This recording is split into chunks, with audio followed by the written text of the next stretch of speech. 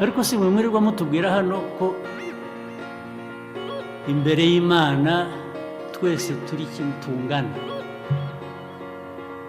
sibyo? Imbere y'Imana turasumbana, hari usumba undi? Ariko abanyarwanda mwarapfuye mugera ahangaha ku buryo umuntu aza akabarindagiza, ari umuntu warindagiye akaza akabarindagiza mugakurikira, ntibibe hamwe ntihabe handi, bikaba ahantu amagana ibihumbi. Igihugu se ubwo kiba kikiriho ko mwashize. Aro komera cyane Bruce Umero, none niko mwa yuhu shaka kurukuja muri Amerika cyane naho bari kukumbaza, nta n'umuzungu n'umwe mwa uri kukubaza ngo nsaba musize hehe. Saba inginga bakumpere asenye umanukanire niba byakunda.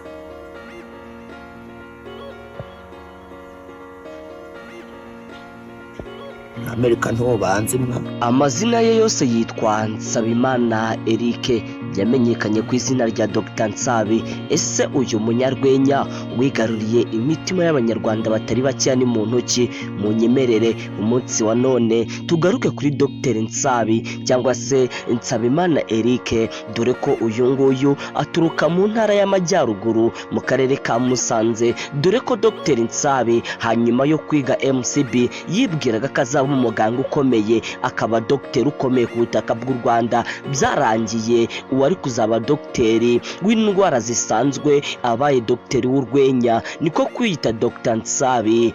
Ese uyu Dr Nsabi ni muntu ki?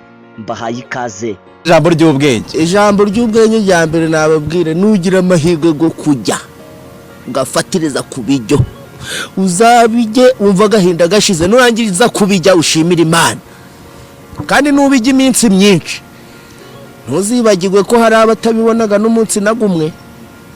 Ko nakomenya ari akantu k'ubwenge nuko karimo ibijyo. Nyuma yo kuvukira mu buzima bugoye mu ntara y'Amajyaruguru mu karere ka Musanze mu murenge wa Muhoza, dore ko Dr Nsabi no kubona icyo kurya yewe n'icyo kunywa byari bigoye mu muryango aturukamo, dore ko mama we yakoraga akazi k'ubufundi ndetse no gusiga amarangi ndetse n'ibindi bitandukanye, dore ko Dr Nsabi yajyaga ku ishuri, ariko nyuma avuye ku ishuri agafasha ababyeyi imirimo irimo gutera amarangi, gukora ibiyede ndetse n'ibindi bigiye bitandukanye. Ariko nubwo ibyo ngibyo yabikoraga Dr Nsabi, dore ko yigaga ataha, burya abandi bararira ngo barashaka kwiga baba mu bigo, Dr Nsabi kwiga aba mu kigo we ni amateka kuri we, dore ko n'ubundi guturuka primaire kugera segonderi Dr Nsabi yigaga ataha iwabo mu rugo mu buzima bwari bugoye, no kubona icyo kurya ari danje, no kubona icyo kunywa bitoroshye, yewe kubona amafaranga y'ishuri byo byabaraga umugabo bigasiba undi.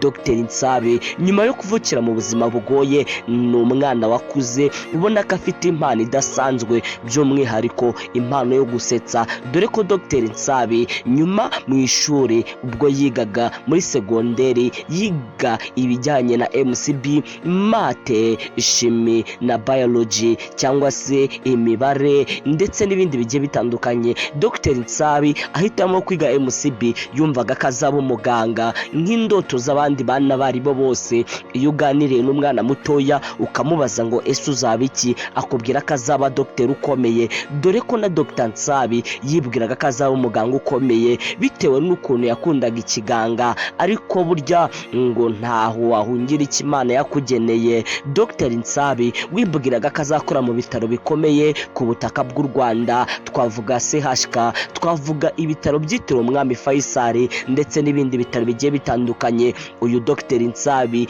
yisanze ahubwo ari dogiteri w'imitima biciye mu rwenya, dore ko hanyuma yo kugaragara muri filime ya mbere y'uruhererekane ica ku rubuga rwa YouTube, uyu Dr Nsabi byahise bica amarenga ko ashobora kuba ari umwana uvumbutse ufite impano idasanzwe. Niko guhura na Kiramani. Ubwo yahuraga na Kiramani yamuhinduriye amateka, amuhindurira izina, amugira dogiteri udasanzwe. Mu myambaro ye ihambaye ni umwambaro wa karuvati y'ubururu atajya ahindura, ndetse na kositime n'ipantaro y'itisi ndetse na bodaboda. Ni imyambaro ubona ko iyi myambaro ukibiyibona yewe kabone n'iyundi muntu yayambara uhita uvuga ko ari Dr Nsabi, dore ko uyu mwambaro udasanzwe wazanywe na Dr Nsabi. Ahantu hose akina ibintu bigiye bitandukanye bijyanye n'uyu mwuga akora umutunze usanga yiyambariye atya. Burya Dr Nsabi usibye no kuba yarize ibijyanye n'imibare,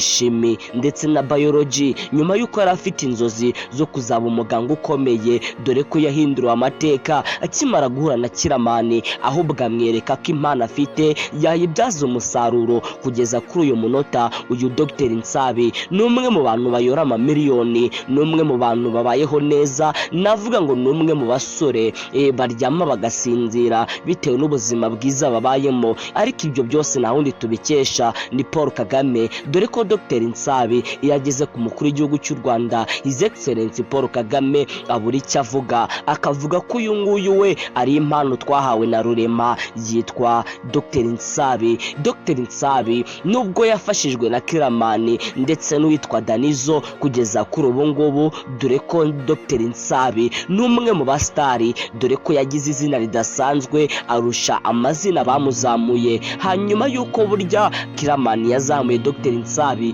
Dr Nsabi ntihise agira izina ridasanzwe, yewe agira izina riruta n'irya Kiramani ndetse na Danizo bagiye bamufasha mu bintu bigiye bitandukanye, dore ko iyi industry ya showbiz abangaba Danizo ndetse na Kiramani ni bamwe mu bantu bamutanzemo.